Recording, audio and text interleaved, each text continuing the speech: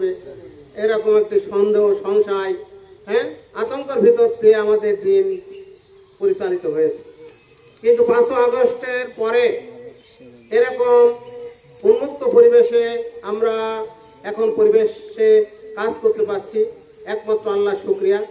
কিন্তু আজকে এই কর্মী সমাবেশে আমার মনে হয় উপস্থিতিটা একটু কম হয়েছে, আপনারা কি মনে করেন? সেই সময় তো আরো কঠিন সময় ছিল, সেই সময় আজকে বেশি ছিল। তাহলে বোঝা যাচ্ছে এর দ্বারা যে আমরা এখন মোটামুটি বিজয় লাভ করে গেছি, আর অত কিছু দরকার নেই, এখন বেশি কাজ না করলেও চলবে। এখন আমরা তো বিজয় লাভ করে গেছি, কি তাই মনে করেন নাকি? না, সেদিন কিন্তু খুব সামনে যে দিনটি আসছে আরো কঠিন আমরা মনে করি, আরো কঠিন। আমরা জানি যে সামনে যে দিনটি আসছে সে দিনটা কিন্তু অত সহজ নয়।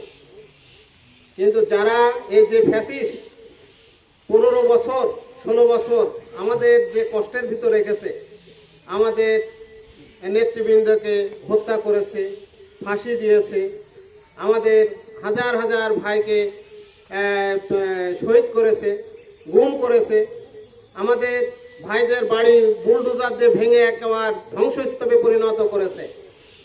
আপনারা মনে করেন না যে সামনে যারা অনেকে এখনো ক্ষমতায় যায়নি, তারপরেও আপনারা দেখেন সারা দেশেই মনে হচ্ছে একেবারে ক্ষমতার মসনদে আগেই চলে গেছে। কি এরকম একটা অবস্থা কিনা? এরকম একটা অবস্থা কিন্তু বিরাজ করছে। এখন আমাদের যদি এই ঢিলে ঢালা ভাব হয়, তারা তো আরো সুযোগ পেয়ে যাবে, যাবে কিনা বলেন? আরো সুযোগ পেয়ে যাবে। তাহলে আমরা এই যে ঢিলা ঢালা অবস্থায় চলবো, আপনারা কি মনে করেন? না, এখন থেকে আমাদের প্রতিটি কাজ অত্যন্ত গুছানো, সুশৃঙ্খল।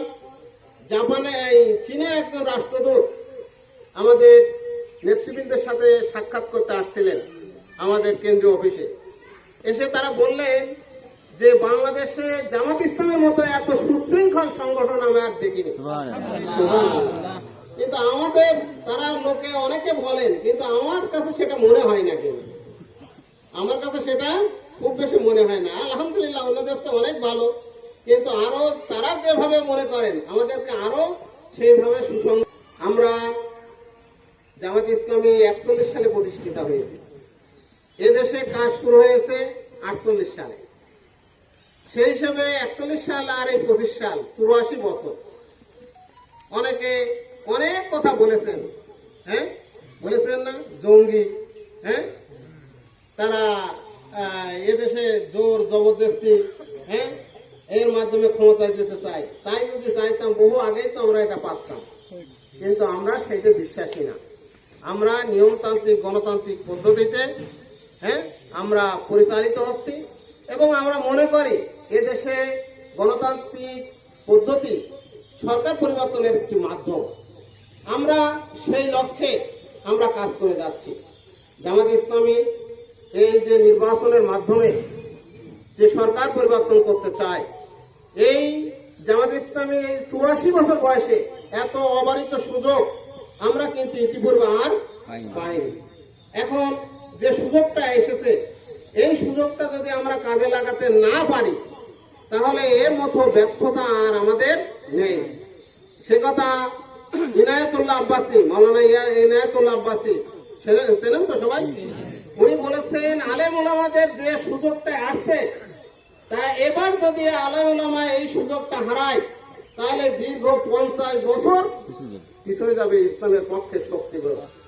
আর সেই কারণে কিন্তু ইসলামী যে শক্তিগুলো আছে, সেই শক্তিগুলো কিন্তু এক হচ্ছে। এটা দেখছেন না আপনারা? মোটামুটি সবাই বলা শুরু করেছেন যে ভোটের মাঠে একটা বাক্স পাঠাতে চায় ইসলামের পক্ষে। তাহলে সেই যে অনেকে বলা বলি করতো, আগে বলতো যে ইসলামের এত দল, কারে ভোট দেবো কারে রাখবো, এখন তো এই কথাটা বলার সুযোগ নেই। আর আমাদের যারা বন্ধু ছিলেন, জোট সঙ্গী ছিলেন, তারা তো বলেই গেছে আমরা এদেশে শরিয়াত চালু হোক, এর পক্ষে আমরা নেই।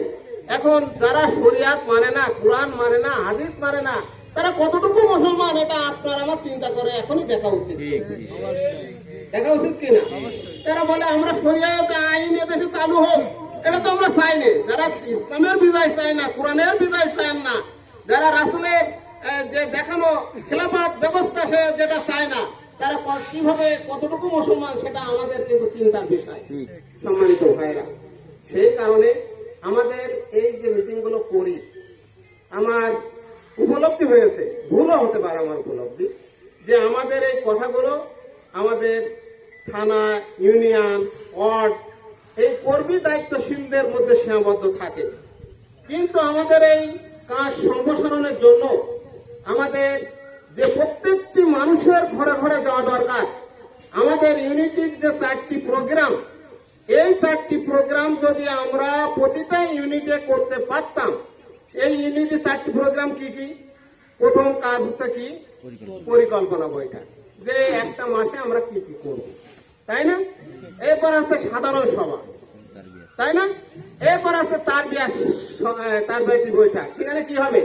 সেখানে কোরআন হাদিস যারা জানে না, মাসলা মাসাইল, বিভিন্ন নবী রাসূলের জীবনী, হাদিস, এগুলো পড়ানো হবে।